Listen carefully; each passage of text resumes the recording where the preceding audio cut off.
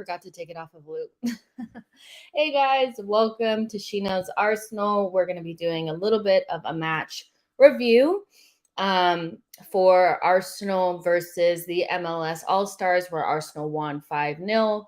So how this is going to work is we're going to kind of talk about the performances that stood out in the first half and then the performances that stood out in the second half, because obviously, you know, Arteta had to get as many players in there in those 90 minutes as he possibly could.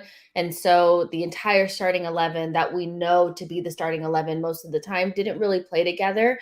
So we got to see so many different players, from maybe guys that we're not so interested in seeing to, you know, some younger players to new players to guys that we already know and love, all that kind of stuff. So we have quite a bit to talk about, but make sure you guys like this video and subscribe to the channel.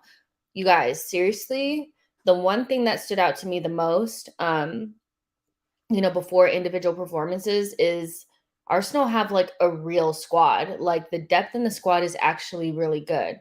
I know that some people will say it's not good enough. It's not good enough because it's not like maybe as good as Manchester City yet, but like if we just take Manchester City out of it and just think about where we were a couple of years ago, it's been a long time since we've had a team with any level of depth near this. I mean, this team didn't even have, Thomas Partey and Emile Smith Rowe and Zinchenko and Nelson in it. And they would all probably be in this squad. But I mean, you had, the ability to start off with Trossard and Vieira and Jorginho in that first half. And then, the second half, bring in Havertz and, Odegaard and Declan Rice.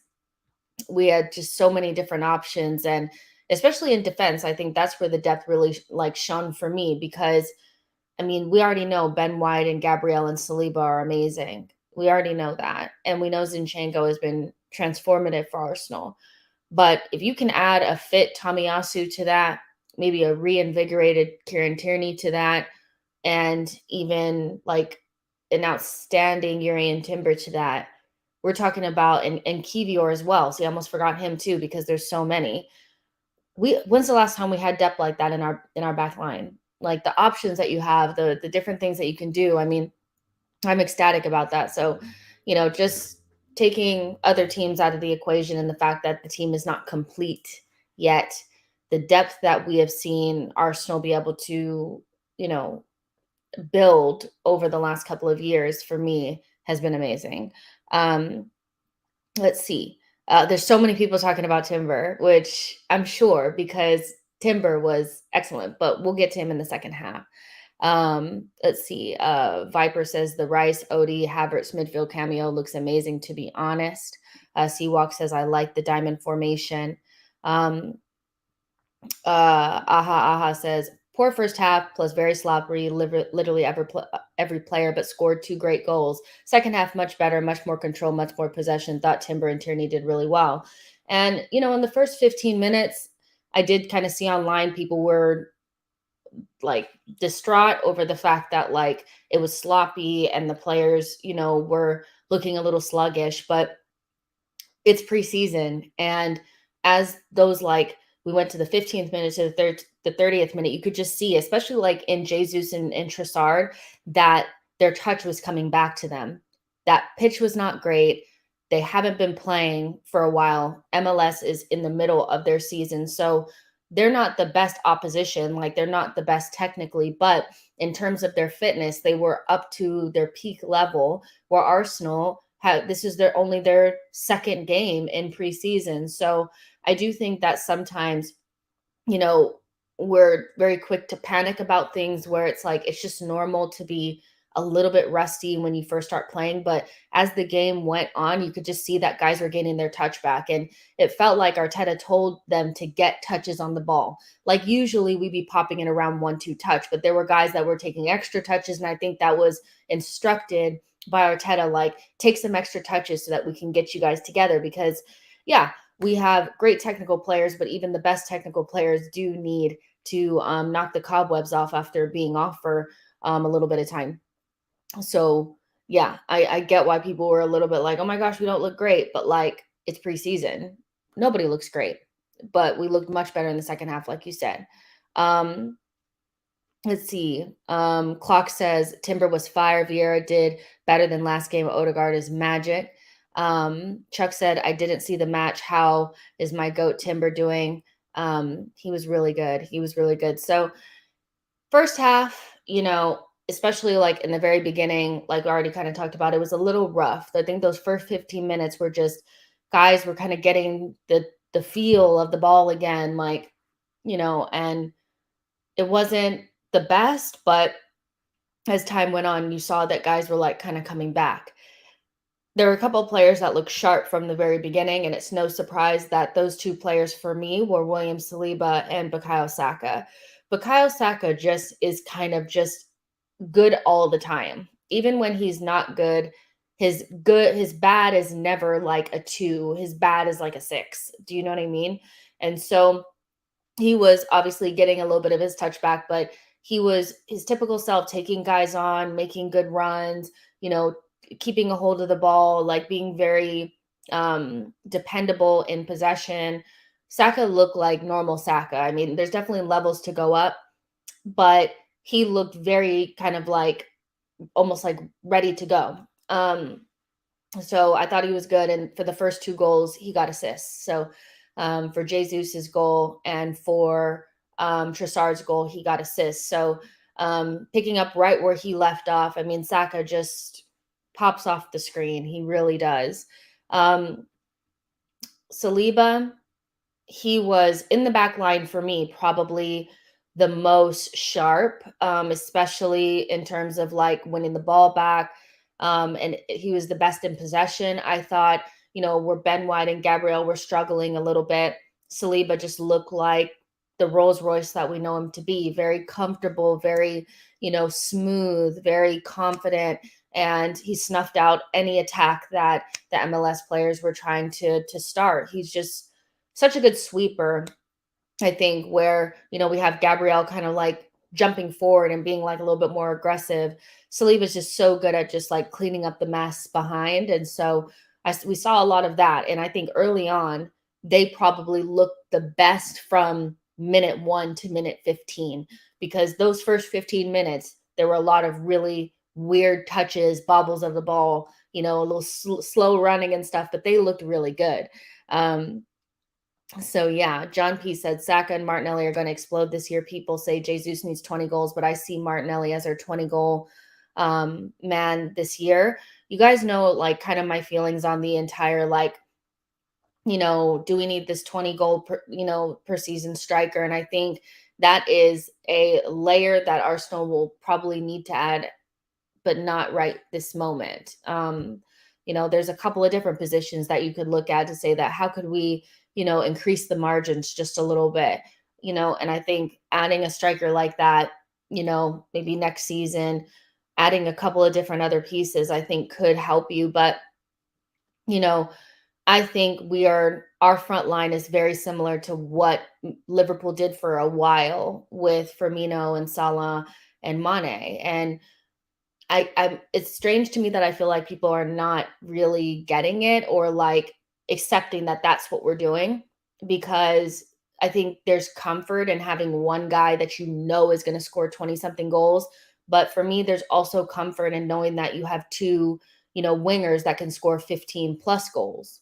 I think there's more than one way to skin a cat, and you don't have to have that striker if you have reliable goal scorers throughout the team. And we saw yesterday that like that's just who Arsenal are in this season. They are a team where multiple players are going to chip in with goals. And yes, there needs to be a level of responsibility. Like, Odegaard is still going to have to score at least 10 goals. You're going to have to get, at least what you got from Granit Xhaka, from Kai Havertz, maybe Declan Rice will have to chip in with a couple.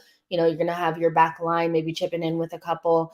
But the main focus is to get Saka and Martinelli into goal scoring positions and for them to take the reins from there. And that's what makes me feel confident in what we're doing, because I just don't have that fear of us not scoring goals. It's just not something that, I think is really an issue. I think people just want the striker, but I've always kind of said this, when you have a 20 goal per season striker and that becomes your main focal point, because usually when you have a striker like that, they're not all going to be like Harry Kane. Harry Kane is a unicorn in that way where he can create but also be a 20 goal per season striker. A lot of these guys that score loads of goals tend not to be that great in build up, tend to be a little bit clunky on the ball. You tend not to want them to be a big part of your build up.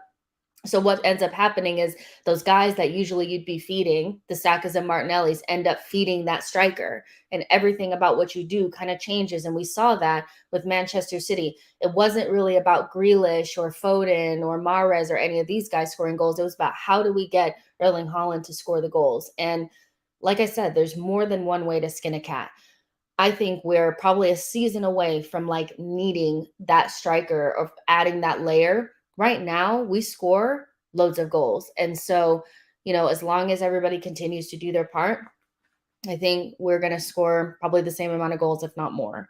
Ash says the quality in our squad is obscene. I trust Mikel to rotate adequately. Rice is a physical beast who acts like a metronome. Timber scary, Odegaard freak. So yeah, like I agree with that. I think the quality and the depth is definitely getting a lot better, and we saw this in that game. A couple of other performances in the first half that I thought kind of stood out was Leandro Trossard in that left 8 role.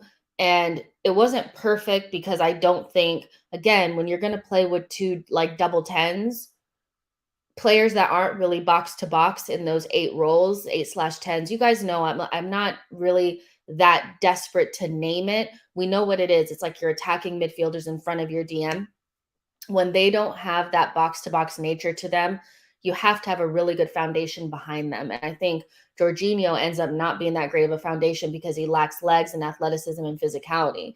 And so where he's good on the ball, once, the other team kind of bypasses that midfield, it's kind of over.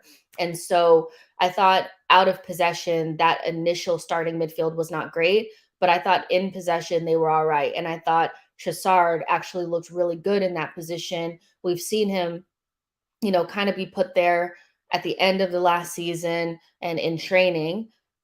I think this is something that Arteta is really looking at.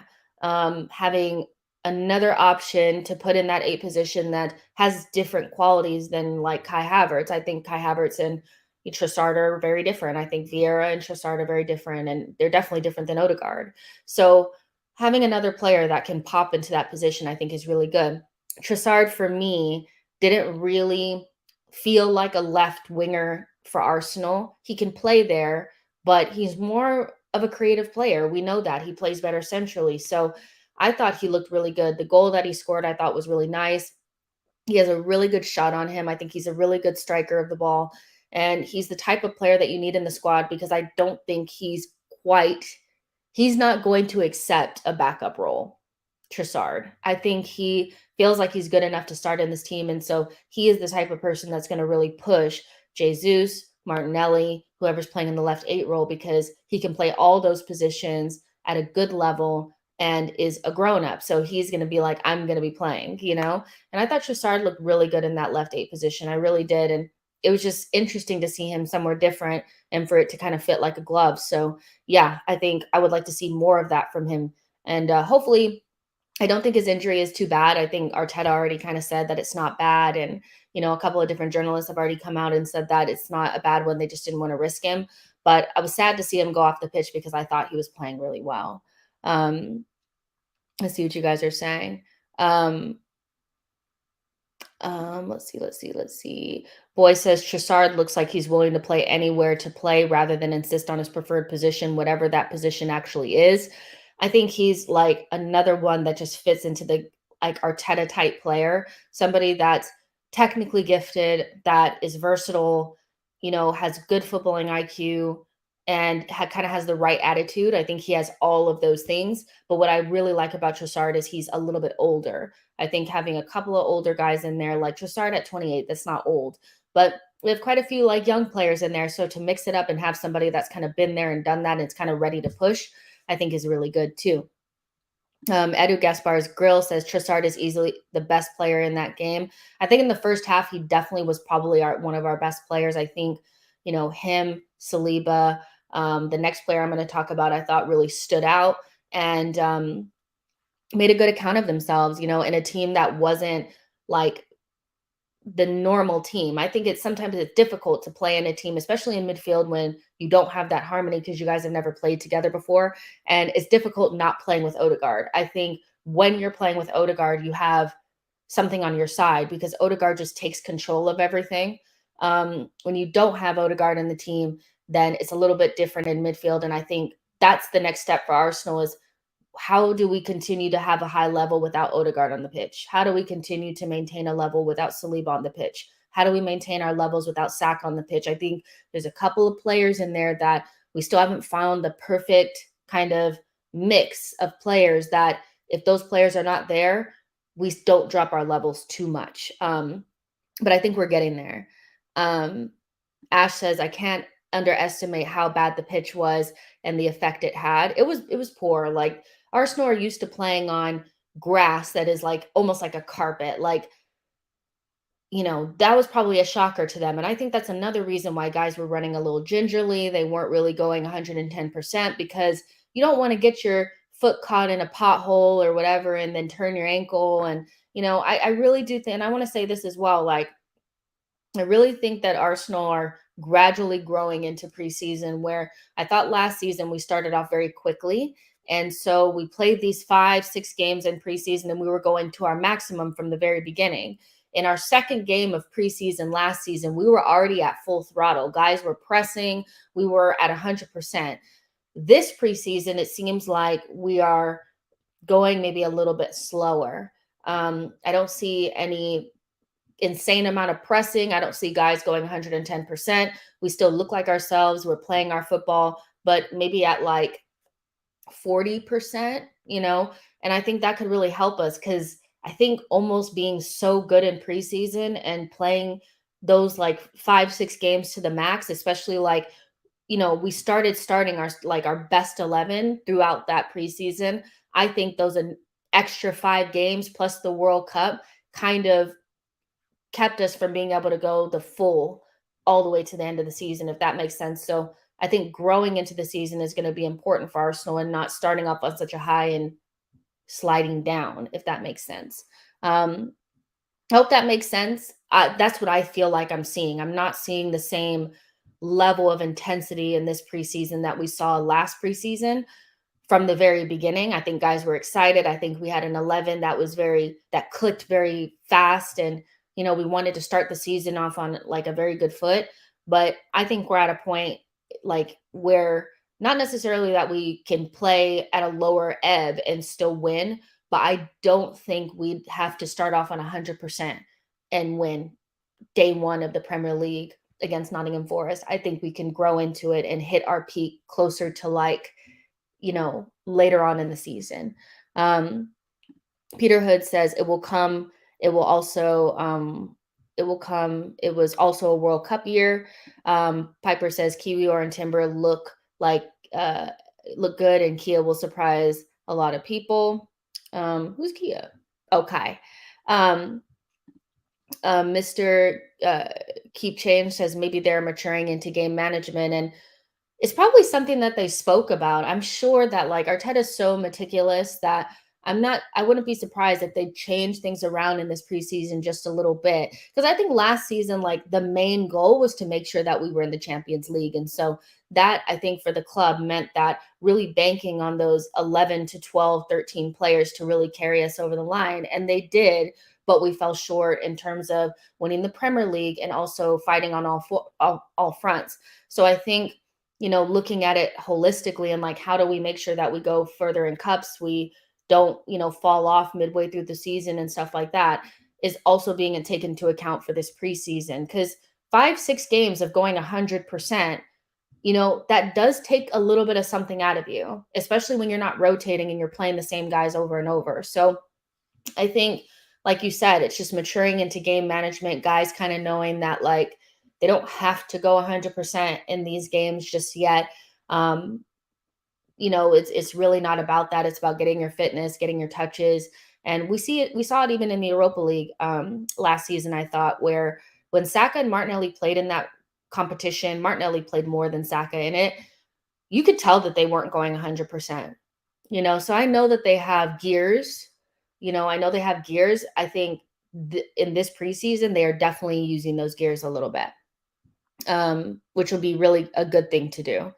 Um, Tony says, I think we are still mostly on fitness, not much use going insane tactical Vs versus an all-star team that don't even play together.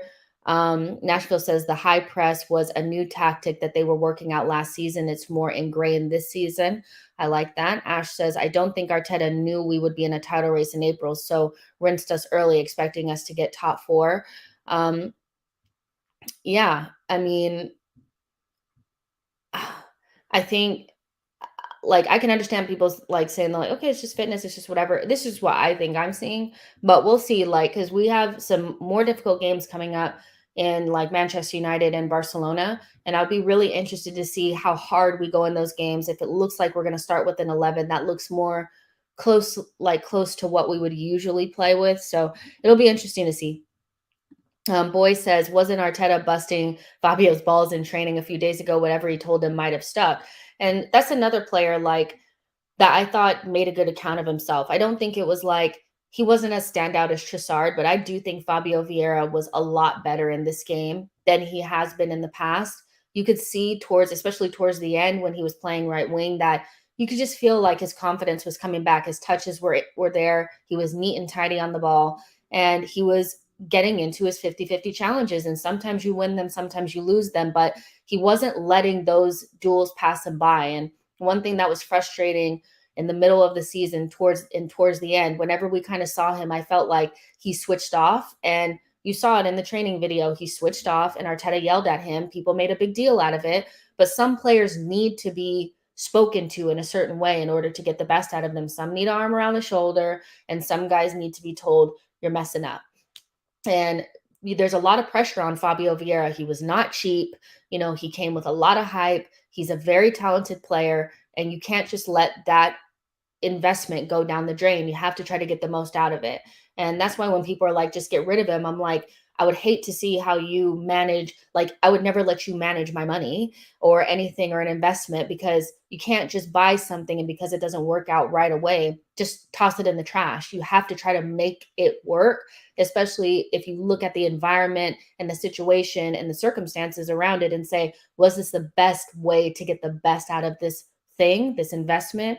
And I don't think we got the best out of Fabio Vieira. I think Arteta even said that much after the season ended.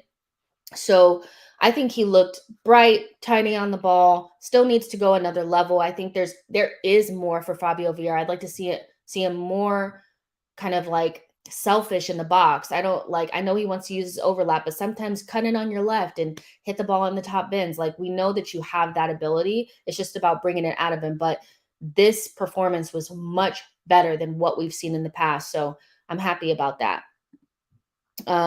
Let's see what you guys are saying. Ash says Fabio was really good off the ball, which I've never seen before. He was winning his duels. He still is a little bit of a whiner. Like, he does give me Bruno Fernandes vibes a little bit, where every time he gets hit, he's on the ground kind of rolling around. But he was getting stuck in, which I like. He wasn't shying away from it. Peter says it's just the way to learn something different from an experienced player. You guys, I think, are talking to each other.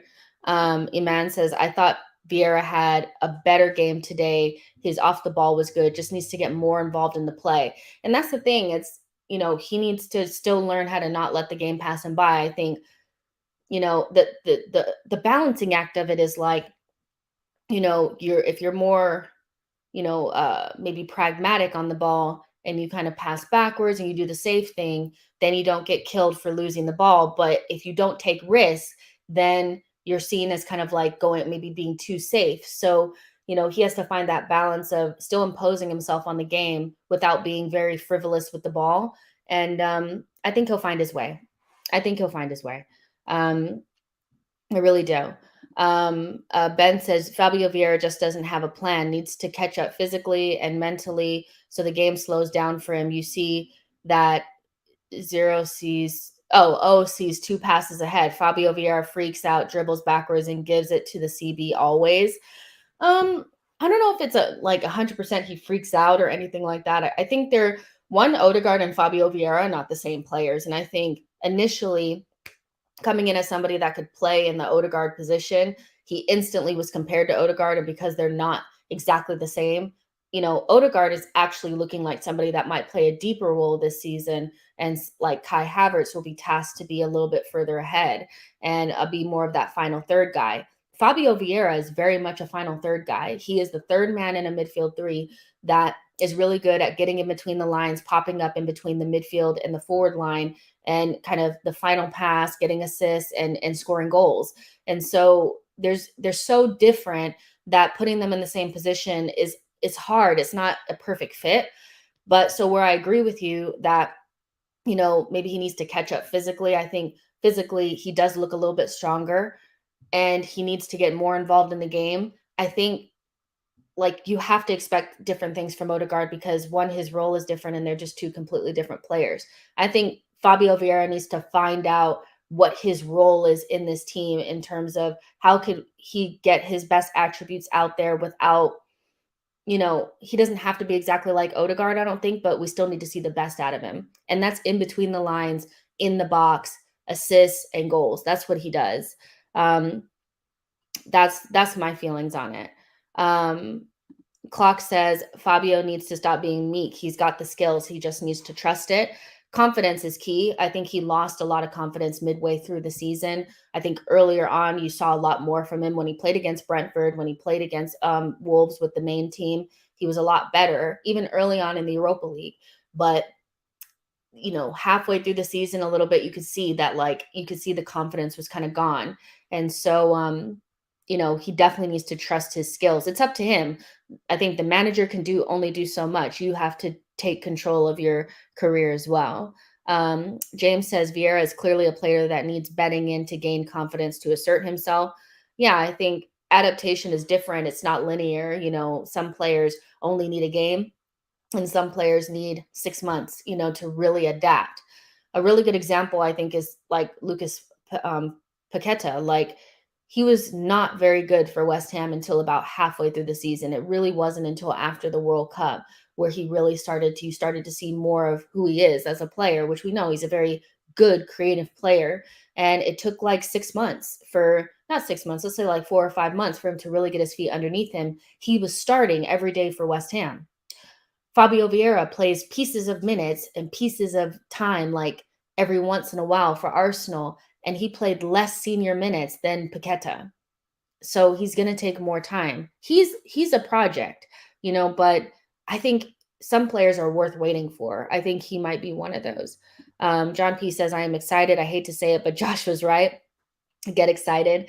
Boy says, does Fabio Vieira need to score goals, make assists, or just knit out, play together in the final third? What are we actually looking for him to do? I think it's goals and assists for sure. I think when you see like what he's done for Arsenal so far is he has a very good goal involvement, like ratio to minutes average. Like, he's somebody that when he steps on the pitch, he usually leaves with something, in terms of a goal or an assist. And that's what he's really good at. We're actually think Odegaard is more of a build-up player and kind of orchestrates, and he's like more of like the pass before the pass kind of guy. He creates the picture, where Fabio Vieira kind of finishes it off. So I think that's what we're looking for him to do, and that's why the dynamics in midfield are so important, because if you have two guys that are final third guys, then you don't have anybody doing the Odegaard role. So we need to find another person that can kind of do the Odegaard role in that midfield. So yeah, let's see. Matthew said, Fabio Vieira must learn defensive awareness, run back quicker when we lose possession. Some players can only run for so fast. So I think for some players like Fabio Vieira, he's not insanely fast. So I think for the most part, when you're by him, you're by him. But last night, he definitely was doing a lot more defensively. I think anybody that truly watched the game with, open eyes and not with their preconceived notions of Fabio Vieira would say that he was doing his defensive job and was a lot more involved in the 50-50s and the duels than he has been before. So yeah, Nashville says He does where is it? Nashville says he does more of the Havertz role. He just runs in behind the line. Wait, he is a run behind the line guy, not a string puller. That's I think that's a really good way to put it. So yeah, really I thought he did well considering what we've seen before, but he still has much more to go for sure. There's 300 of you guys in here. Make sure you like the video and subscribe to the channel. We're going to talk about Jakub Kiwior next. I like him a lot. Sorry, I needed that. Kiwior. This is going to be a player. Like, first of all, I think, when Arteta said that Kiwior could potentially redefine the way that we play, those sent light bulbs off in my head early on because I was like, okay, a backup to Gabriel is not going to change or redefine the way that we play. That don't make no sense. He's going to play a much bigger role than maybe we think. He's not just a backup left back. And I think watching how Arteta is kind of playing him in that inverted role, which I don't think is just because Zinchenko is not there. You don't have to do that. You don't actually have to play that way if you don't want to. I think Arteta is doing it on purpose to give him another layer to his game and give us more options. Ben White, I think Kiwior and Ben White are similar in the way that they're really comfortable on the ball. They can play center back and they can play fullback in the way that Arsenal play with fullbacks. Like, obviously, they're not like a Tierney type fullback, but you know what I mean. And, offers you so many different options. And so with different options, and then you also get to keep your defensive solidity while also being still very creative and go forward. So with Kiwior stepping into midfield, I thought he looked very comfortable on the ball. I think one thing that he has is that good switch of play with his left foot, just pinging it across the pitch. I think the only player that we have in our team currently that does that on a consistent basis, like at a good level, is Zinchenko. I think he's the only player from that left-hand side that can hoof it from one sideline to the other, basically giving it to Bukayo Saka. And so having Kiwior have that in his locker is really good. He also has the clip ball over the top. He's pretty good in build-up. I think the next step for Kiwior is to remember his awareness in midfield. He's going to have less time in midfield than he does in the back line to get his passes off, so he needs to go quicker. I think earlier on in the game, like, he was a little bit too cavalier on the ball, thought he had too much time and got picked off. But if he can, quicken up a little bit more, I think he could be a really good option, like stepping into midfield, because where people are not too keen on Zinchenko doing that role sometimes because he lacks the defensive part of things, I think Kiwior allows you to have something similar, not as good as Zinchenko, but keeping your defensive solidity on that side. So yeah, I thought he looked really good too. Defensively, I think he's really solid. On the ball, he's really good. And yeah, he's just another kind of like version of Ben White. And, Ben White to me is like the quintessential Arteta player, which is great. So yeah, Kiwior for me looked great. And he's adapted and gotten better very quickly. I think he was very harshly criticized when he came in against Liverpool in a random back three.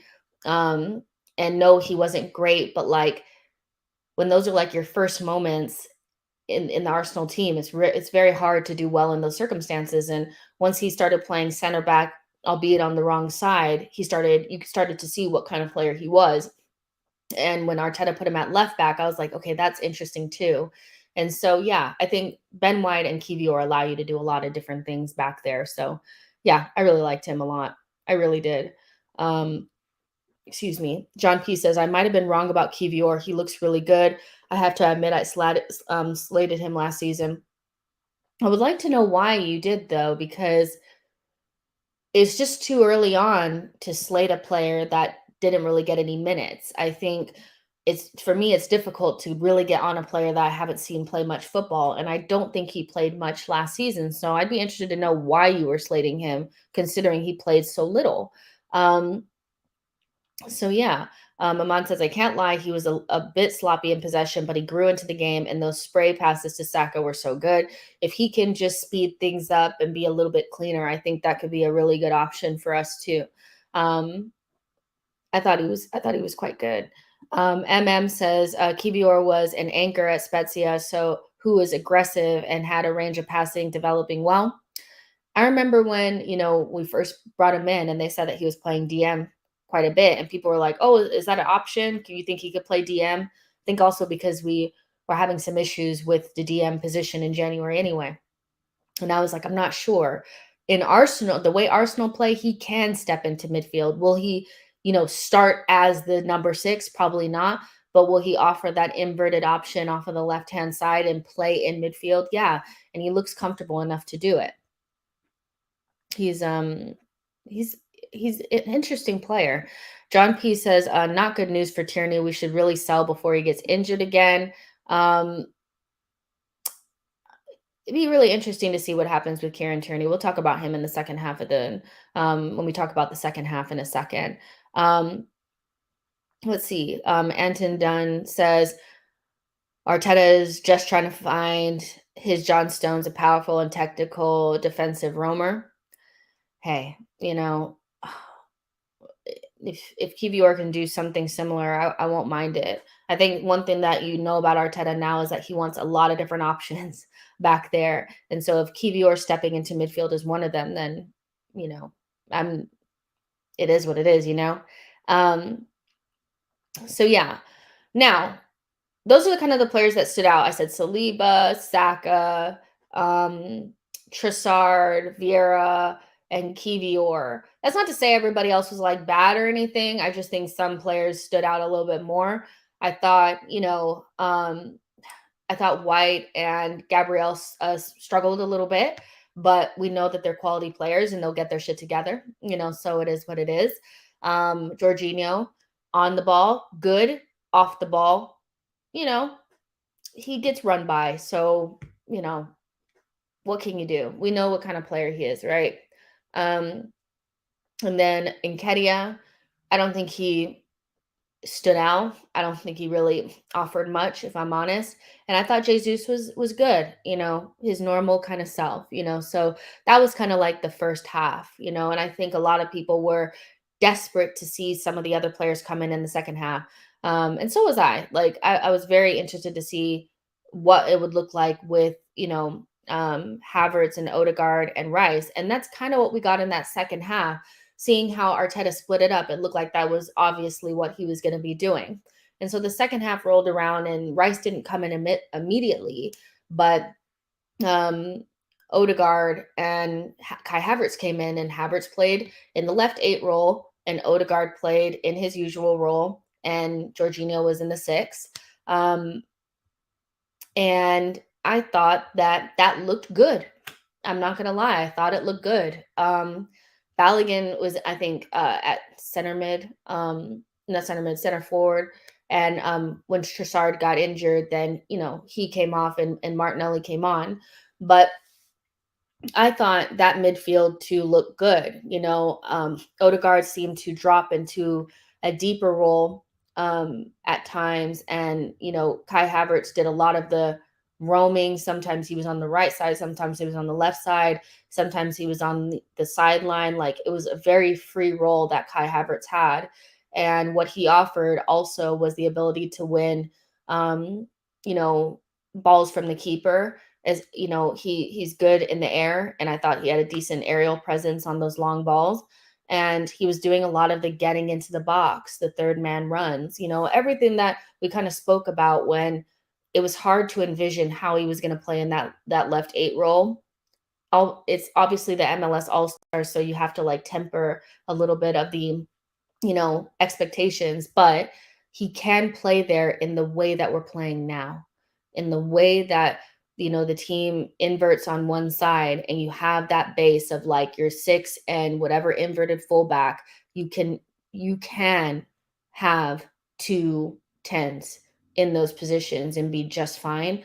I thought he looked confident. I thought he looked comfortable. I thought he looked relaxed. And like those things are really important because the faster he adapts, the better. I think after the skills challenge, what I was worried about is that that was going to get in his head, but it didn't seem to get in his head at all. And he seemed very comfortable in what he was doing. It wasn't anything spectacular. He didn't put on a show like Ozil or anything like that. But I thought what he did on the ball, what he did off the ball, the goal that he scored, which happened to be a half volley, which is so funny. I think it gave us a good snapshot of what that role looks like when Kai Havertz plays in it, what kind of the fluidity that you have between him and Odegaard with somebody else behind them is just, it unlocks so many possibilities. And the half space is a lot more fluid with Kai Havertz over there, because the thing about Xhaka was that he was kind of stiff and you couldn't have him out on the touchline. You couldn't get him on. He really was not a one-trick pony, but he executed the simplistic things really well. But there was no layers above it, because he couldn't dribble, he couldn't manipulate the ball, he wasn't particularly quick, he wasn't agile. So gives you more options too on that, in that left half space, for Kai to go wide, for him to come in, for him to dribble, because Xhaka wasn't dribbling anywhere. So I thought it was, a good snapshot. It's definitely not, it's a work in progress. It's nothing that I think is like set in stone, because again, Arteta said that like right now he's playing creative midfield for Arsenal, but he could play somewhere else. So I think with the whole mystery of where Kai Havertz will play, I think the answer is kind of like he'll play everywhere, because he can. But yeah, I thought he was good. Boy says, can Havertz become the new Petit? I don't know.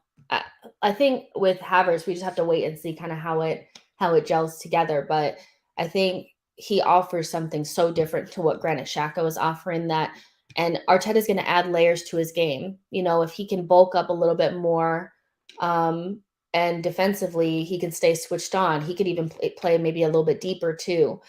So if Arteta can round his game off, he could become a really good, just like solid player. So yeah, I'm excited. John P says Havertz was compared to Mbappe when he was in Germany as one of the best youngsters. He might go supernova. Arteta's like favorite genre of player is like failed wonder kid. Like that's like his thing. So if anybody can get something out of him, it's Arteta for sure. Aman says, out of possession, we defend in a 4-4-2 with Odegaard dropping in a pivot, in the pivot with Rice. I saw that. It was real nice. I liked it. I like that when we play, it's so obvious to see what we're trying to do, where our spacing is really good. We look very well coached. My dog is losing her mind. I want to know if I should check. So just like sidebar, Bella barked all night long, and she had me so scared that there was like something on the hill, because we have coyotes here. And so I was so scared that like there was like a coyote out there or something like that. And she just barked all night. So I'm wondering if it's like a false alarm or if something's actually happening, but I think she's fine. I just think she wants to bark. Islam says Havertz is much better at high press than Xhaka, with either Kiwior or Timber inverts to support Rice. I don't understand the concern about defensive solidity. I don't either. I thought it was something that I think I failed to really like explain well, or people just didn't want to see it. But I thought it makes sense in the way that we play, that we could eventually move into double tens, but you do need to have the right players behind him. So like an example of, what would not work behind Kai Havertz and Odegaard is Zinchenko and Jorginho. I thought last season when, Zinchenko inverted and Jorginho was the 6, I thought we looked very vulnerable, very, very, very vulnerable. So I think, especially with no Saliba. So I think with more options, we can keep from having to do that. But there has to be two athletic physical presences back there to allow for the double tens to exist. I think. O'Malley says, where is the Rice ain't playing 6th Brigade? I think what they will say, because I think what their argument will be is Thomas Partey wasn't fit and ready to play, so he just played there just because. I'm pretty sure that's what they will say. So yeah. But yeah. So we kind of talked about the Odegaard, and like Odegaard's pass for Martinelli's goal I thought was really good. It was nice to see Martinelli as well because he actually looked quite sharp, ready to go. And we know Martinelli is such an important part of everything that we do. So seeing him, I thought was really good, and him getting a goal was great. Odegaard's pass for the goal was so similar to the one against Brighton, and it was nice to see that. Odegaard is just a magical player. I mean, getting him for 30 million is every day it's looking more and more like a joke because the guy he's got to be worth 3 times that now. So, watching the second half, excuse me, I thought that we looked a lot more cohesive. But again, when your midfield is the midfield that goes together, I think as long as Odegaard is on the pitch, I think we play better. I think that's literally just the key. So yeah. Next, Timber and Rice came on. And I think this is where people got like super excited. I got super excited about it as well because I'm just like, okay, now we get to see these two guys play. And starting off with Rice, I think he was, at that point we were 3-0 up. And I know some people were complaining because they didn't see enough of his passing range. I was like, it's just 20 minutes in an MLS All-Star game in his first couple of minutes as an Arsenal player. And at 3-0 up, we don't really have a need for him to be pushing. We need to keep it ticking along. And I thought he did really well with that. He has a presence, I think, with Jorginho. Sometimes what you see is players step onto him because they know that, he doesn't have that physical presence. I think Rice and Partey has this as well, where players don't really step on them because they're big, strong, athletic dudes, and they can get away from you if you step onto them. So, yeah, I think Rice definitely had that presence about him. He didn't do much, like in terms of like he wasn't on the ball all the time, but you could just sense that like he has that about him. And I thought he was good in the triangles. He passed it around nicely. He got around nicely, and it was a nice 20-minute little jog session for him. And it was nice to see him out there for sure. Now,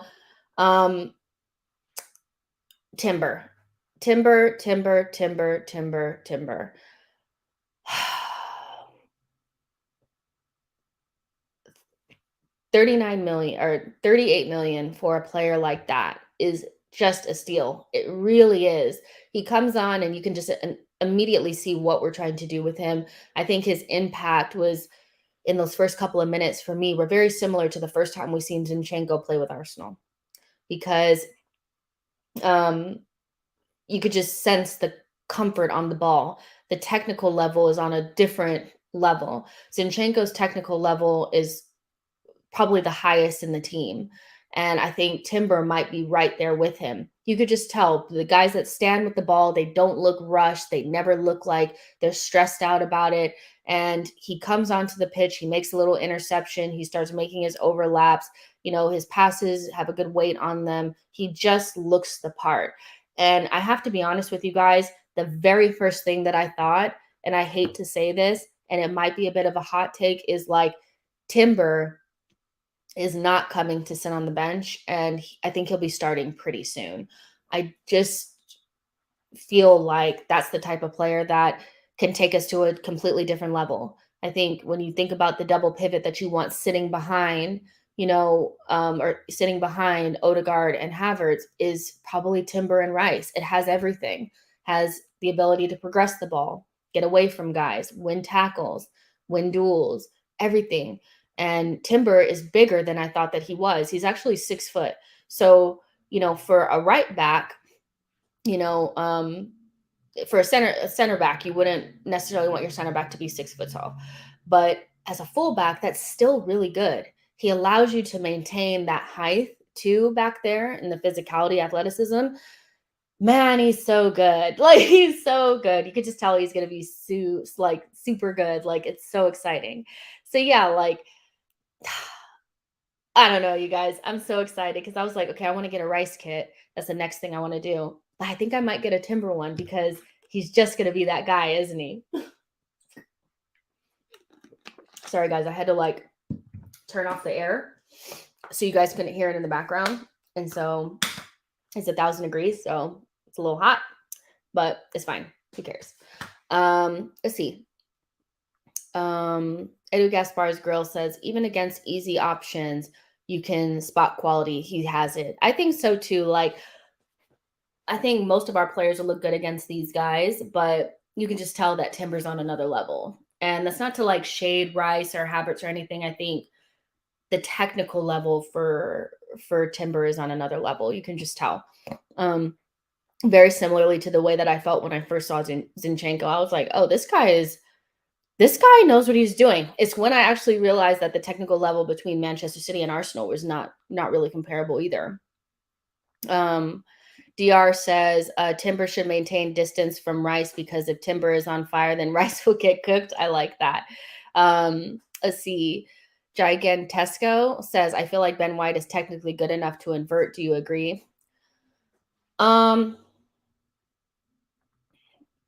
think Ben White is very, very good technically. I think maybe what he doesn't have is the quick, I don't know what it is. Like, I feel like there's something about Ben White where I'm not sure that stepping into midfield would necessarily be his bag. Maybe it's he doesn't have this passing range. I think he's a decent passer, but I don't think he has the passing range to make it worth it for him to be sitting in midfield next to the DM. I think that's the difference between him and Kiwior, is Kiwior has the passing range where White's is not really like on that same level, even though Ben is an amazing player. Like, again, we're talking about like high quality players. So when I say that I don't think Ben White's passing range is as good as Kiwior's, I'm not saying that Ben White cannot pass a ball. He can, but I think there's a reason why Kiwior is inverting and a reason why Ben White is not, you know? And I think Ben White is just, he's a phenomenal player, but his role in the team is probably just a little bit different. Yeah. Let's do some hot takes, because this is a good time to do hot takes because it's a preseason game where we should be whacking this team and we shouldn't be making big claims, but like this is the perfect time to do it because it's fun.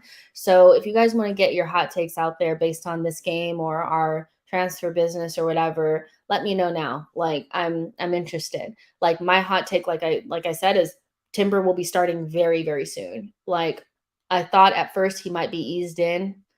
No, like, I was wrong. I think I'm very wrong about that. That guy's going to be playing games. John P says, hot take is I think Gabriel might be left of a back three so that Timber can play and White and Saliba and Big Gabby all play. That is a way to get all three of them in the team, and I've thought about that is I don't think Arteta will want to drop Ben White because Ben White is one of Arteta's guys. I think if you have to choose 5 players that Arteta probably loves the most in this team, it's got to be like Saka, Odegaard, White, and you could just choose any of the other 2. I don't know who it is. I think it's those 3 for sure are like his number 1 guys. So I think that is a decent way to get all 3 of them out there. Gabriel is a pretty good, defender 1v1 in wide areas. So I wouldn't be too afraid of him being out there on that left-hand side. Plus, you have Rice there as well. So he could also go into those areas out wide and help defend.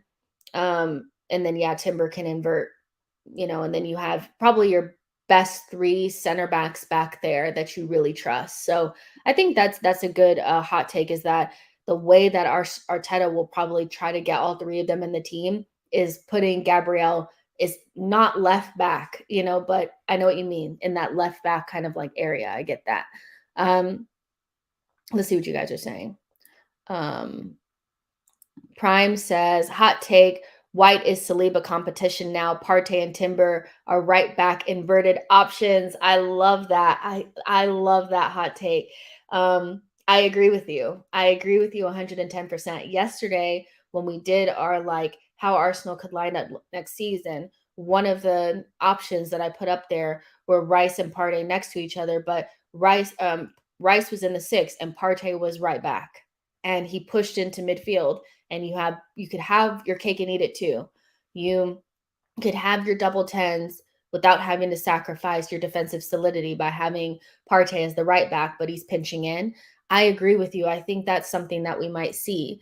And I do think with Timber coming in, that White will be used a lot more at center back. But like we just said a minute ago, maybe it's White, Saliba, and Gabriel. So many options. I like that. Denver says, hot take, we are inverting on both sides and going all guns blazing. I would be very surprised if we inverted on both sides. I think that would be some wild stuff. The reason why inverting on both sides scares me just a little bit is you lose one of your big physical presences back there. I think playing with three, like playing with let's Kiwior, Gabriel, Saliba, or White, Saliba, and Gabriel, you have kind of like a very good solid core back there. When you invert on both sides with like Zinchenko and Timber, technically you're probably teams can't get the ball off of you, but you only have two center backs. But away, maybe because you have Rice, he could actually drop into the back line. So maybe that is how you continue on with your three solid guys back there. But I like that. I like that one too. Aman says, hot take, we have squad depth. We do. James Bitter says, hot take, Kiwior and Timber will be considered as the strongest 11. Oh, I like that one too. So that means that who drops out? Because if Kiwior and Timber are considered in the strongest 11, then does that mean White is not starting? I need more. I need more. I love this stuff. I love this type of stuff because you don't have to take it too serious. But some people are like, some of these are really good takes that I think could actually end up being true. Temin says Partey plays a lot less than we think he will this season. Don't be surprised we see Timber in midfield. That's a good one for sure. I do think that Rice does mean that Partey's role will be minimized, and I do think his role should be based on the last couple of seasons, meaning he just can't be our everything, our best player, our most important player, because he's unreliable. But having him in the squads gives you different options too. So, if he stays, then that's a good option to have. But I agree with you. I don't think his role will be as big. African Soldier says, hot take, Havertz will be center forward option. Jesus will be a right wing option. I think that is something that we could potentially see is Havertz playing. Arteta's basically all but confirmed it. I think he's confirmed that Havertz is going to play everywhere. So I think we can kind of put to bed the whole conversation around where Havertz is going to play, what position is he coming in to take. He's going to play everywhere. And as an option for center forward, so you can have probably a stronger aerial presence as well. If something were to happen to Saka, then you have Jesus, and Jesus probably is our best in-house option as a right wing. I think he looks very comfortable out there. He looks comfortable on the left wing and the right wing. So, yeah, if we had to start a game, let's say with Martinelli and Jesus on the flanks and Havertz down the middle, I don't think that that's a bad, front three. Again, that goes back to having really good squad depth, which we haven't had in a long time. Hit 44 says Arsenal will score 100 goals. We scored 100 goals last season, so I think we'll probably do it again. But in the league, yeah, in the entire season, we scored 100 goals. But maybe in the league we could. Let's see. Blaze says, Jess, how did Declan Rice play yesterday? People on Twitter joking that he was shocked that the team kept possession. Do you think he can adapt to our style quickly? From what I saw yesterday, he looked fine. Like, he was keeping the ball ticking along. The triangles he seemed to be able to get a good grasp of. He looked fine to me. We were 3-0 up under very little pressure. So there was no real need for him to be too adventurous or anything. It was his first couple of minutes as an Arsenal player. But I thought he looked sharp. I think he was somebody that had good presence. You can tell when a player has presence or not. And he definitely has that. And I think he looked comfortable. We have a bigger test coming soon with Manchester United. I think there'll be a better gauge of where he is at, and everybody else too. So, I think with the MLS game, he looked good, but I'm interested to see what he's like against Manchester United. But yeah, he probably was watching Arsenal pass the ball around and was like, this is much better than chasing shadows, So yeah, Aman says rivals don't understand how a six is supposed to operate, especially when they employ Enzo and Casemiro. I just think in general, like when it comes to rivals and the way that rivals speak about each other, um, they have all the foresight and context and balance when it comes to their own players, but when it comes to rivals players, they can't, attribute that to them. Um, Declan Rice is going to get the Enzo treatment, and I don't think it's wrong per se because Arsenal fans were some of the main ones going after Enzo. And I actually thought that Enzo was kind of good for Chelsea. He was probably their only decent player. He wasn't perfect, um, but I thought he looked like a very, very good player to me. And so, Rice is going to get the same treatment. And every top player that other rivals wanted is going to get that treatment. And so they're not obtuse. They know what a number six is supposed to be doing. They understand the game. It's just when they're talking about somebody else's team, they pretend like they don't understand how things are supposed to go. Um, you know, it's just the game is the game. The game is the game. James Bitter says, hot take, Havertz will have a better GA than Odegaard. Um, that's an interesting one. I think, I have a bet going with someone around Havertz, and I said that he will get just as many goal involvements as Xhaka in his final season, if not more. I do think that he's going to get goals and assists, and I do think Odegaard's goal tally will be less this season, not because he falls off, but because his role is going to be different, and he was tied for the record for goals scored by a midfielder in a single season, and it was held by Kevin De Bruyne. And the reason why it doesn't happen very often is because it's not easy to do. Midfielders usually don't get into double figures every single season. So, if Odegaard came up with 8 to 10 goals, I would be happy with that, knowing that Havertz is going to chip in with his. I think Saka and Martinelli are going to score more goals, and hopefully with Jesus playing an entire season, hopefully he stays fit. He'll score more goals as well. So yeah, I actually agree with you that Havertz may get more goals and assists than Odegaard. Let's see what you guys are saying. Um, um, let's see. Nashville says, you guys are talking to each other. Clock Orange says, hot take, we will sell Partey and get Kimmich.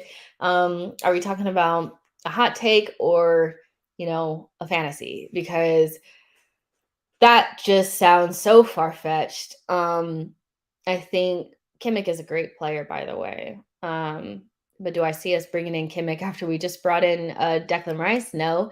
And unless there's like a really good alternative, Arsenal will probably opt to keep Thomas Partey. So I still don't think we're, in the clear with Thomas Partey, by the way. I don't think there's anything to suggest that like he's 100% staying. I think as time goes on, the door will close more. But, if a Saudi club ended up putting up 40 million for him, then he could end up still going. But at the moment, he's still here.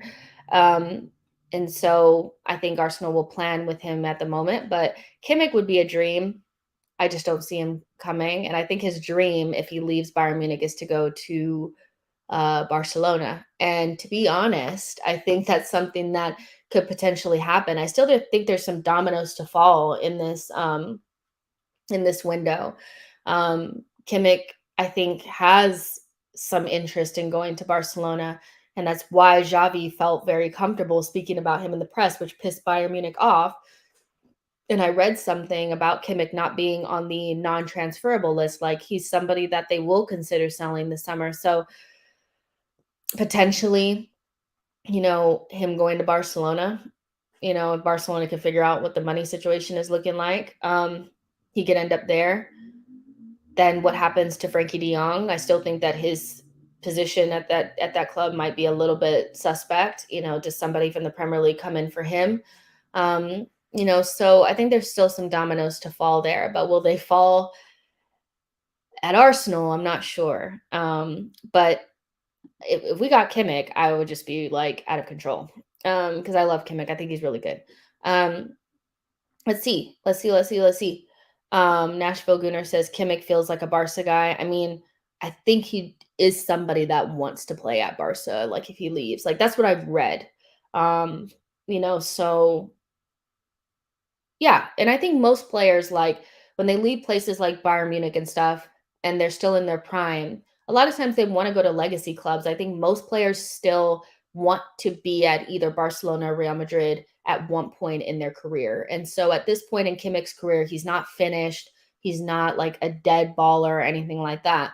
He still has some good years ahead of him, so if he wants to, like, it would make sense, in my opinion, for him to go to Barcelona at this point. But Bayern Munich are interesting because it feels like they're struggling a little bit in this window. Um, they may very well get Harry Kane. That would help them out quite a bit. But midfield wise, it's looking a little, so they need to bring somebody in. I don't think they'd let Kimmich go if they did not have somebody that they felt confident of coming in. So we'll see. There's definitely some dominoes still to fall. Um, for sure. James says, hot take, Brighton are waiting on Caicedo money to go for Balogun. Balogun, I'll be honest, I don't think that it's not that I don't think that he made an impact. I would just say that he wasn't one of the first players that I thought of when I was like, wow, they really impressed me. I thought he played with the better midfield, and I don't necessarily feel like he really did enough to like really shine.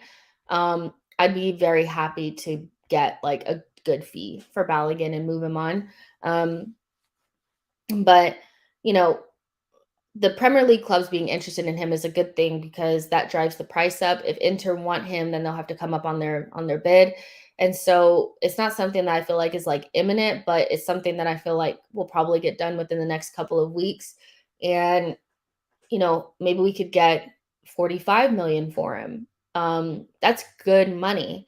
And then I think once Balogun goes, that's when Arsenal start to look at somebody like Kudus, who I think, would be a really good option for Arsenal. So Balogun's future is going to be really interesting, but I don't think his future is at Arsenal at this point, and I just, he had some decent touches yesterday. He was all right, but ultimately, like, I just didn't really feel like, the game went off and I was still thinking about what Balogun did. Like, I was excited about Timber, excited about Rice, excited about Kai and Kiwior, but it's like I forgot about him. It was wild. So yeah. Sam FX Fool says hot take Arsenal to sell Balogun and re-sign Yaya Sanogo as competition for Gabriel. That would be awful. But the first part, hot take to sell Balogun is probably about right. Clock Orange says one more left center mid and a right winger, we are set. Do you still think we need another left center mid? If you've seen Trossard in that position, you've seen Kai Havertz in that position, you know that if push comes to shove, you can put Rice in that position and put Partey at the number 6. Do you still feel like you need another left center mid? I don't. I just feel like if no other, like if Thomas Partey doesn't go, there's no reason to bring in another midfielder, and we probably just need a right winger. But yeah, it's interesting that you still feel like we need another midfielder. By the way, also when you do the numbers, there's there's not really much room for another midfielder. There isn't. So, we have to start looking at it from a 25-man squad position rather than just what we want, because there's still players at the club. There's still guys like Emile Smith Rowe, that we've yet to see what position he's actually going to play in. So it's hard to see where another midfielder would come in if somebody did not go. And I'm not talking about El Neni. I'm talking about somebody like Thomas Partey. So yeah, I'm not sure we need another left center mid, unless somebody were to go. Prime Henri says Zinni could play midfield. Zinni could play midfield.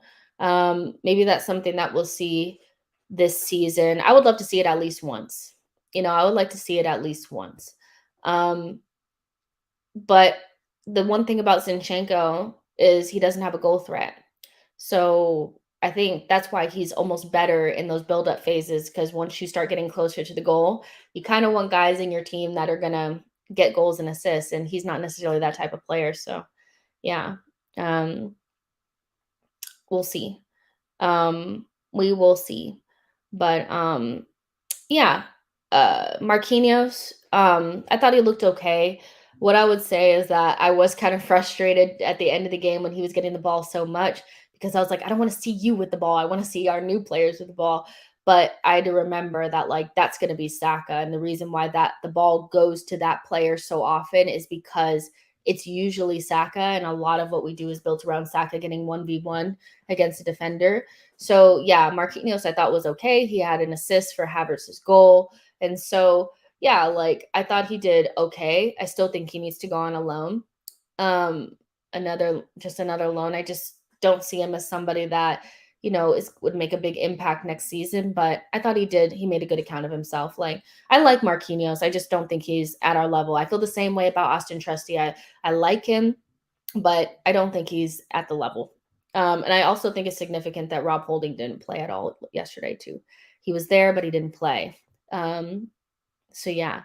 Um, Gunner9 says this guy gave Nketiah a contract and didn't play him and only played him because Jesus got hurt.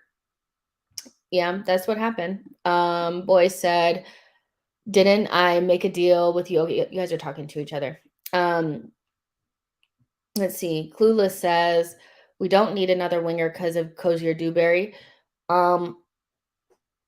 Cozier Dewberry is not close to being in the team, I don't think. If Nelson had not gotten injured, he wouldn't be on the tour. So I think not bringing in a right wing because of Cozier Dewberry doesn't necessarily make sense, especially with what we're trying to do next season.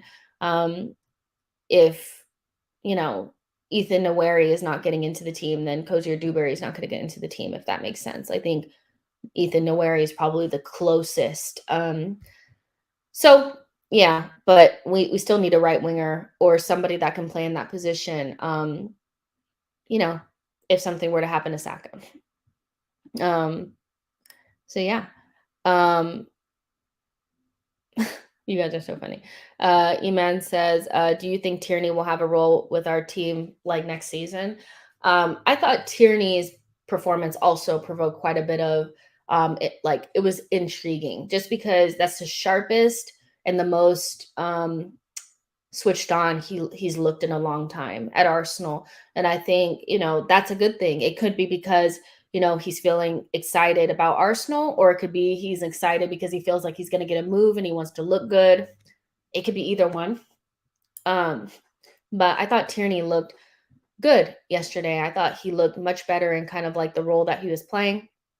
Timber was inverted on the one side, and then Tierney was kind of like a left-sided center back on the other side.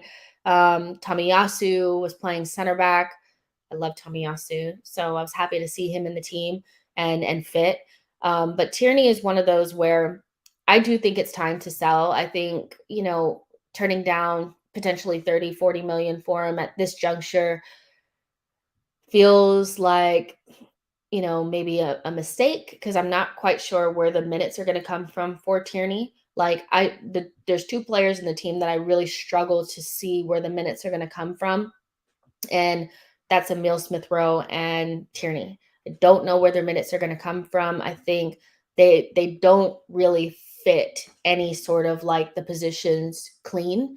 So it's kind of like, I'm not sure how you're going to get any minutes, but you still need to fill out the squad.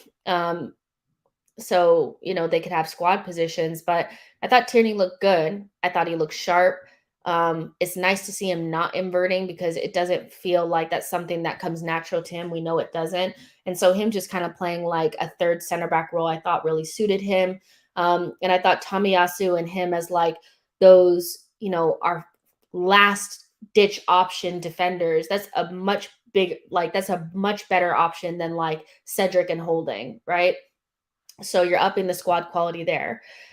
There's a role for Tierney to play, which is the role that he played yesterday. But would it be more beneficial to hold on to Tierney when he'll probably get very minimal time knowing that Kiwior is probably going to be favored over him, or Zinchenko will be favored over him? Or is it better to get 30 million for him? You know, I wonder if Newcastle are even truly still interested in him, by the way, because they're about to spend 30 million or something like that on Tino Livramento. Um, and I know that they have money, but they can't spend unlimited. So with almost 40 million on Harvey Barnes, 65 million on Tonali and 30 million on Livramento, and I know that they want to bring in another center back. I wonder if he's even that important on their list. So everybody's kind of done, like everybody that's been interested in Tierney has kind of done a lot of other business and hasn't really come back. So maybe it's a little bit of Arsenal weren't willing to sell him for cheap. Other teams are maybe not as interested in him, and we figured out a way to use him in the squad to keep him. I don't know. So we'll see. I feel still like I would probably sell. That's kind of where I'm at with it still. Dale says, hot take, Arsenal win the league. Game 37 on the road versus United. That would be the best thing in the world. In my household, that would be just like the best moment ever, to be able to gloat about winning the league on their turf in Terry's face. That would be amazing. So yeah, I would love that. Let's see. Cal one says, Jess, I want to get your opinion on who's a better manager, Arteta or Poch. Oh, that's a tough one. Poch has more experience, but he hasn't really achieved that much more than Arteta in his time.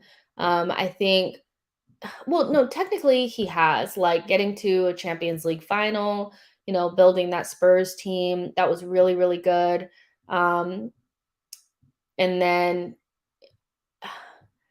he did a really good job with them. He left, and then, he went to PSG. Anybody could win the league with PSG. I don't really count it. And then now he's at Chelsea. I think there's a lot of similarities between Poch and Arteta, to be honest. I think they know how to build teams. They have good talent ID. They can do a lot with a little, and they're really good with young talent. They play very attractive attacking football.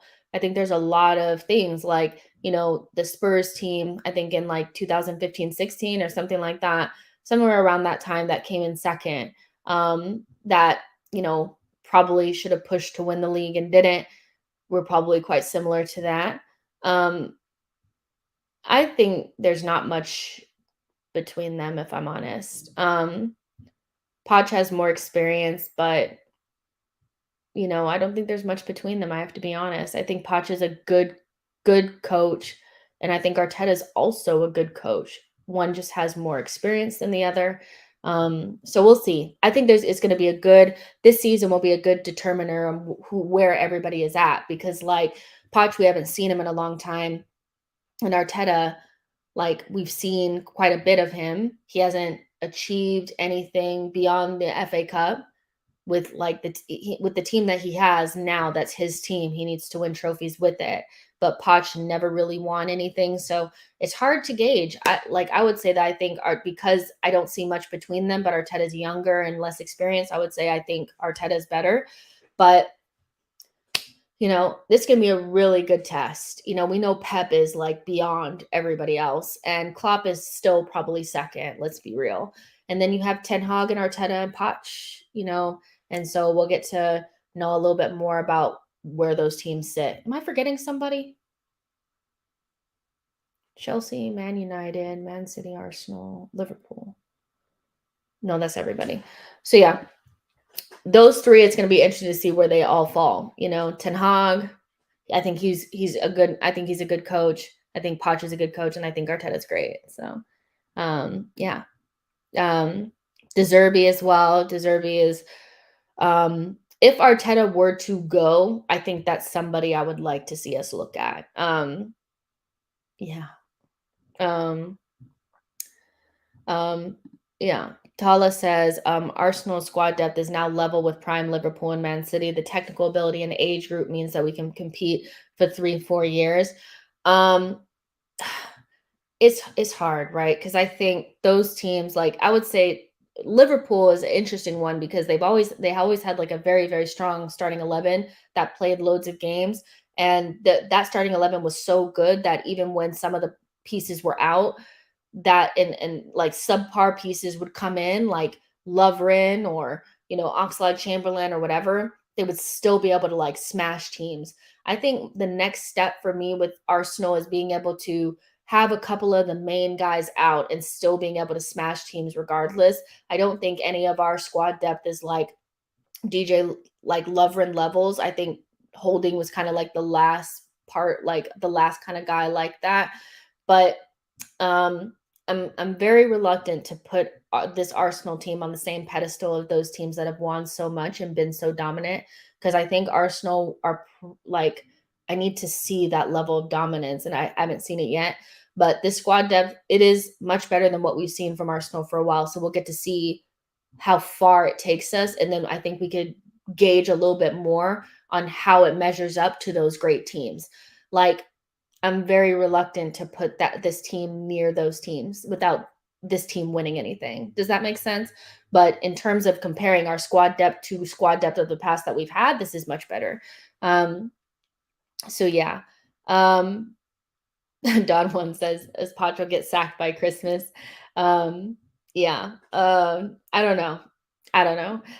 Eric says, "I think Musa Diaby going to Aston Villa is painful for me because it's an explosive winger, and also Arsenal always struggle against Villa away." Um, um, you guys know I was never sold on Diaby. You know, I thought there's a reason why none of the top teams that need wingers went for him. There's a reason why. I think Aston Villa is probably where he needs to be. But Arsenal were interested in him. I wonder why they didn't go for him. Do I like the idea of Kudus better? Yeah, I do. But we'll see how it pans out for them. I think Aston Villa are doing really good. They have really good recruitment. They're putting a lot of money into their team. I think they're recruiting well. The players that they're bringing in are like European level players that are probably not good enough to play for the elite teams, but they're just below that. And with the right coach, you could probably get just like 5-10% more out of that group. They'll have some sort of European football next season. I think they're in the Conference League. I think Emery is going to do well there. I think some people have to have some sort of like, okay, well, if Emery's doing well other places, that means you made a mistake. I actually think that everything panned out the way it was supposed to. And we don't need to feel any type of way. He doesn't need to feel any type of way. And I'm actually happy to see him somewhere where it feels like the right fit, because I feel like Arteta is the right fit for us. Like, that's kind of how I feel. Now, in terms of going Villa away, I think Villa away, Brighton, those teams, they're going to be hard to beat. They've been hard to beat before, but Arsenal are too good to be worried about that. I think we need to get to a point where we feel almost like we should be beating Aston Villa away and we should be confident that it should happen. That's where I think we should be at. I think Manchester City, even when they go play the Villas away and stuff like that, they feel confident that they're going to come out with the 3 points. I think we need to get to that point too, where we expect it. They've done good recruitment, but so have we, you know? So yeah.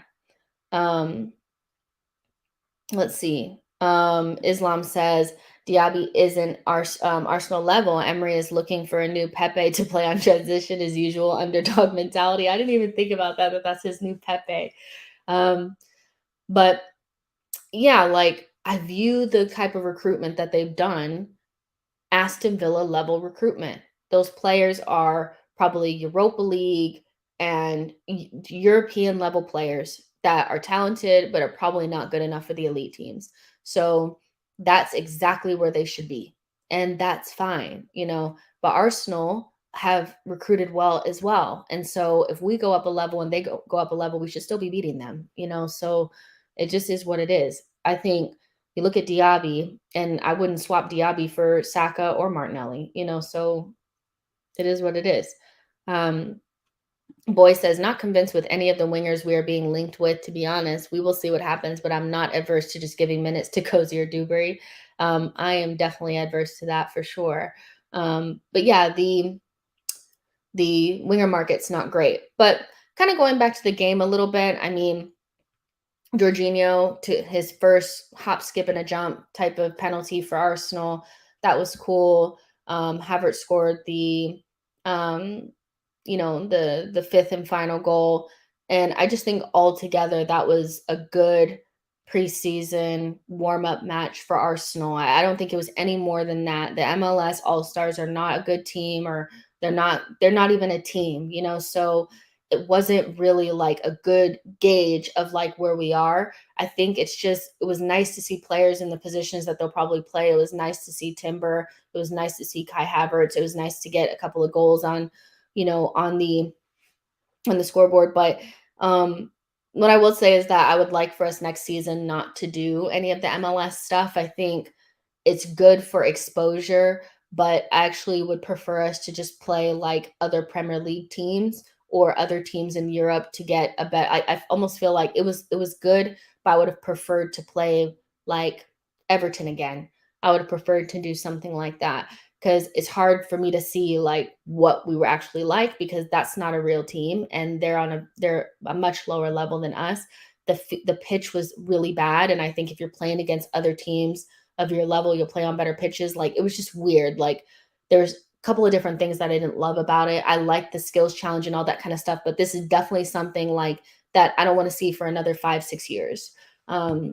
We have done the US market. I love my people, but the MLS thing, I think we could skip that next season. So I'm like happy that we're going to play Man United, and I'm happy that we're going to play Barcelona, but I would have preferred that game to have been like an Everton or something like that. That's just my preference. I think we could have skipped all this shit. So yeah. But yeah, really enjoyed it. But yeah, it was hard to gauge where we're at based on that. Sean says that pitch was shocking. It was really bad. Like you said, the All-Stars have no chemistry. Boy says Benteke used to play for Liverpool, made a title challenge with them. I think it was a good preseason run. Yeah, like I'm not saying that they're not decent players, but I'm just keeping it 100. Like, if I have to say like what level I think MLS is at, I would say League One, League Two. That's kind of where they're at, but also we're not playing like an actual team. We're playing against guys that are, mid-season, kind of just trying to like show out. They're not really taking it serious.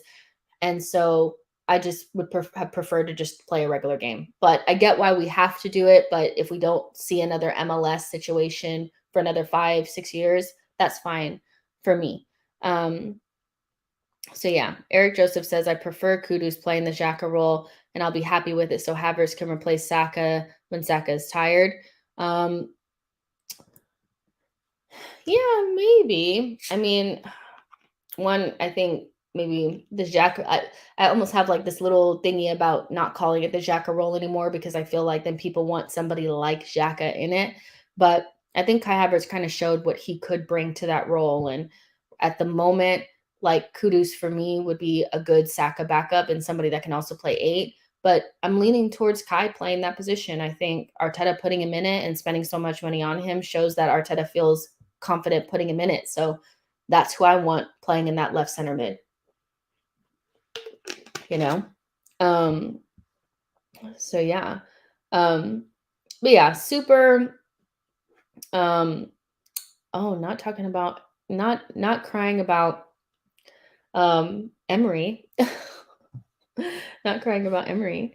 In 2023.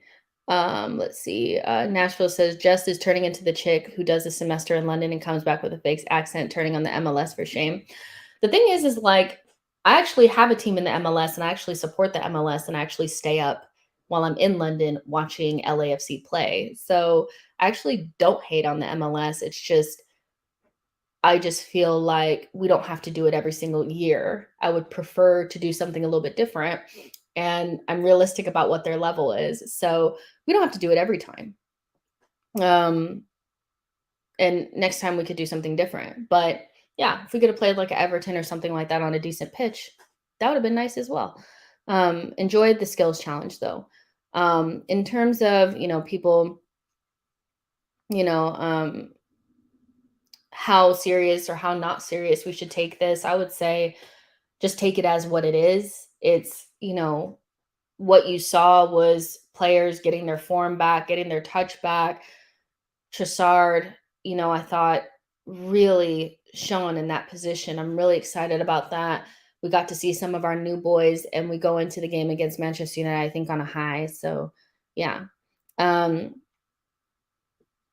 yeah. Um, Not sure what you're saying about being on some Lee Gunner type shit. I know you're talking about somebody else because I'm definitely haven't said anything like Lee Gunner in any way, shape, or form. Eric says, I think if we would play only Premier League teams in preseason, some of the players might get injured and miss the league for months. That's a really good point about injuries and things like that. I remember the horror challenge that Ruben Loftus-Cheek put in on Thomas Partey before the season started, and he was out for a very long time. And so I get that aspect of things as well. Yeah. Let's see. Carol says, will you be at the Barca game in LA? Yes, I will.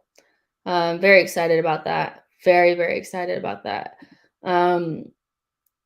Jesus Soon says, what do you think about Emile being the right center mid competition and Fabio being Saka competition?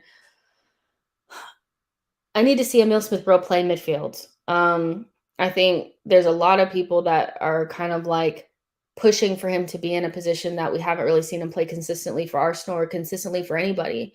I think even for the under 21s, a lot of times he's on the wings. So I think I would need to see him in that position first. I think Fabio playing a lot of his minutes in the 8/10 role makes me feel like that's where Arteta sees him, but we don't know where Emile Smith Rowe is going to play. We haven't seen Emile Smith Rowe play in a while for Arsenal, not consistently. So I still feel like Emile for me is a creative forward slash number 10, and he would have to play some significant minutes, I think, in that 10/8 role to make it his. But I'm open to him being the right center mid. I think he might be better on that side than on the left. Everybody says he has a really good relationship with Saka, like on the pitch, and we've seen it before. So yeah, that could potentially be something that could happen. I just want to see Emile Smith Rowe actually play. That's what I want to see, you know, because I really don't know what position he's going to play. And if I'm really, really honest with you guys, when I look at the players and all of everybody that we have, I'm really struggling to see where he's going to fit in. So I can't wait to actually see him in the squad so we can know. So yeah. C. Wilder says Vieira and ESR are the players I'm most focused on in preseason. Yeah, exactly. And I think that's why Emile Smith Rowe was desperate not to take so much time off, because like we kind of been talking about, it might be one or the other of them that gets to stay. I think there's a very real possibility that, one of them could go in January if they're not getting enough playing time, if they're not really doing the business. So I can see why Emile Smith Rowe is like desperate to get in. And he looked sharp for the under 21s. I thought he looked a lot more like himself. But what I want to see from Emile Smith Rowe is for him to do what he does best, which is carry the ball. And I felt like with the under 21s, and maybe this was by instruction, but he was more like 1-2 touches, kind of like, I didn't really see a lot of Emile. I saw like kind of him just, kind of a part of the puzzle. And that was maybe me being selfish because I'm watching the game only watching for him and how it's going to benefit Arsenal. But for Arsenal, I want to see him carrying the ball. Like, I want to see him do what he's best at. And I think he looked a little timid the last couple of times we've seen him play for Arsenal. So I'm interested to see what happens with him. But we've kind of been talking about, it's probably either or, him or Vieira. They play in all the same positions. They're kind of in the same position in the team. And if I had to say who I think is kind of like closer to the team, it's probably Vieira. But Emile Smith Rowe could come in, take his minutes, and really change that around. So we'll see. Boy says Emile Smith Rowe has to do what Trossard is doing and simply get good everywhere. Very, very good point. Philip says Emile Smith Rowe will find a place. Cream rises to the top. Chris says, is there a world where we experiment with Timber at left back? Maybe, but I don't think it's something that we have to do right now. But potentially, I don't know. I've never seen him play there for anyone else, but I'm sure he could play there in a bind. Yeah, Nashville says Mad Max for ESR and Vieira 2 8s enter 1 8 leaves. Exactly. Denver says, Jess, what are your thoughts on Turner? I feel for a backup keeper, he's decent enough. Watch the CONCACAF games. He seemed to do good as we can get for a backup keeper.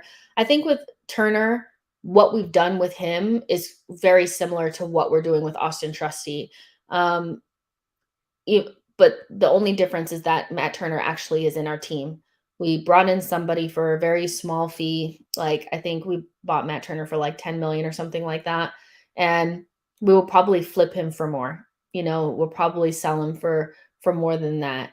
I think Matt Turner was always a short-term thing, especially like in these early stages of like this team. I think Matt Turner will leave sooner rather than later. Like, in order for him to maintain his number one spot for the US men's national team, he needs to be starting somewhere. And I think Arsenal saw an opportunity to bring him in as a backup, build his profile up, have him as a number 2, and then they will sell the US men's national team goalkeeper for a lot more. And he could be a starter for someone. I think Matt Turner, his best attribute is his ability to stop penalties. Everybody knows about his penalty saving record. It's really good. And that's something that we could actually use this season. If we end up being in a penalty shootout, I would say you might want to take Ramsdale out for Turner. But in terms of am I wedded to the idea of Matt Turner being here forever? No, because number 2 goalkeepers for me are what they've always been. They're a guy that usually doesn't push the number 1 and is kind of okay with just being a number 2, doesn't cause any issues, and we don't need to reinvent it.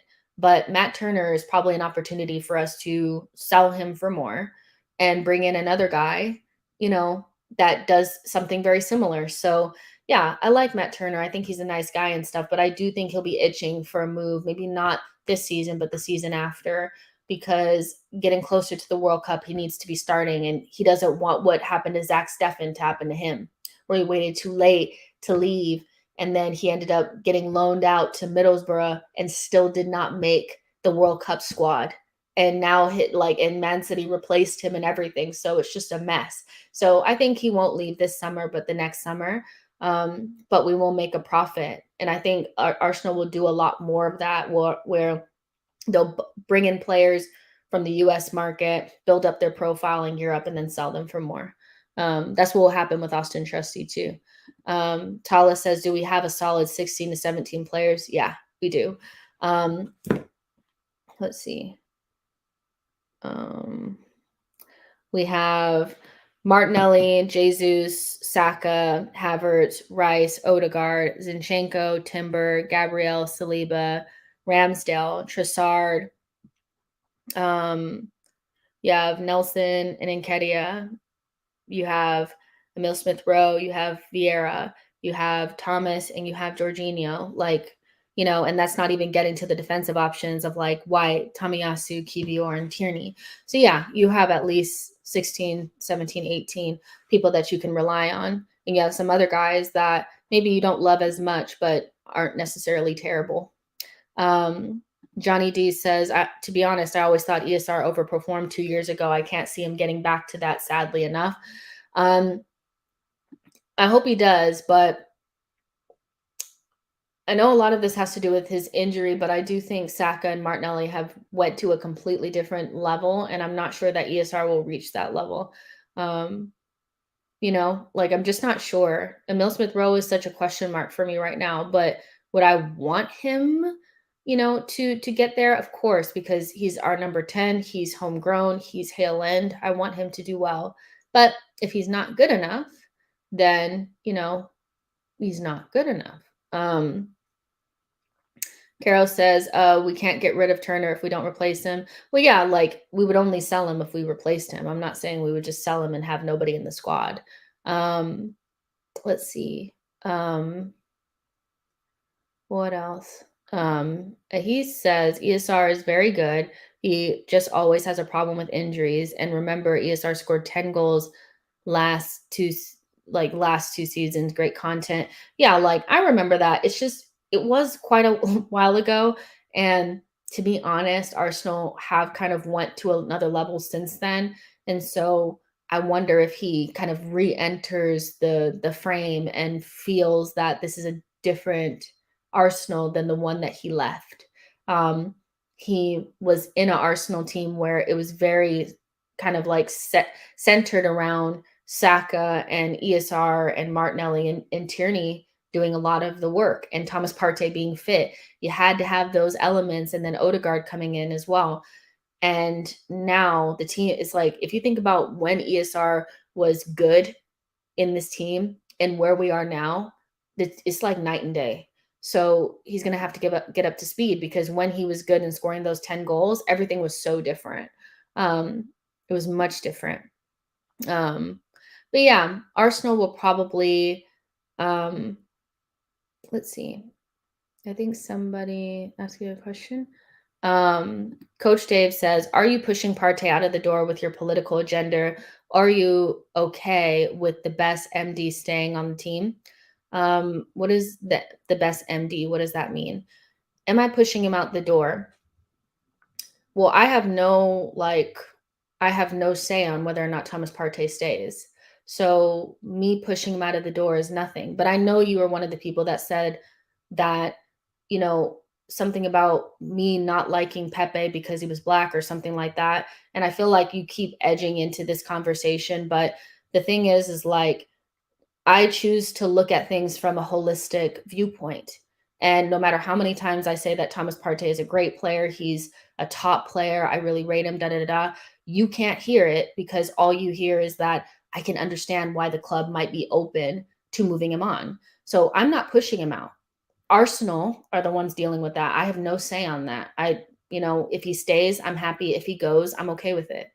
But this idea that because I have the inability to lie about who he is because, that doesn't fit your agenda. It is what it is. Like, the truth about Thomas Partey is that as good as he is, he has flaws, and his flaws are very detrimental to our season because he's one of our most important players. So you can't hold somebody on a pedestal and talk about how great they are and then kind of ignore the fact that like his injuries and his dips in form have been very hurtful for like our seasons because of how good he is for us. So it's a double-edged sword where I feel like people that are so advocating for Thomas Partey, they want to put him on a pedestal, but they don't want him to have to take any responsibility for our seasons not going as well as they probably should have. You have a fit and healthy Thomas Partey, and a lot of the scenarios that we've been in, we do a lot better. And so Arsenal have an opportunity potentially with Saudi Arabia to move on a player that they're not going to extend after spending 100 million on another player that's going to play in his position. So there's nothing wrong with Arsenal looking at the opportunity. They are not forcing him out. If they were forcing him out, they would take the 10 million, the 15 million, the 20 million that Juventus offered. If you are looking for a specific number, you're not forcing anybody out. You're looking at an opportunity. So nobody's forcing him out. Get out of your emotions. When you have conversations about players, you need to look at it holistically. And if you rate Thomas Partey as high as you do, and you don't want him to leave, you also need to make sure that that pedestal aligns with your expectations of the player, and not always make excuses for somebody that's supposed to be our most important player. But when it matters, he's either not available through injury, or he has crazy head loss in the middle of very important games. So I rate Thomas Partey. Nobody's trying to get rid of him. And I actually have no way of doing it myself. So there you go. Like, I don't know why people continuously like don't see like I can say till I'm blue in the face that Thomas Partey is a great player. He's one of my fit like he's like when I look at the team like and I had to like rank how like the players from best to worst, he's like top 3 best players in this team. He is. But like I'm not about to ignore the fact that like his injuries and his head loss has been hurtful for our seasons. And that doesn't mean that like Saka hasn't had moments or Zinchenko didn't have moments or whatever. But when people start to say you're our best player and your most important player, then the expectations of those players are greater. So yeah, like nobody's trying to force him out. Like if he stays, then I'm happy for that.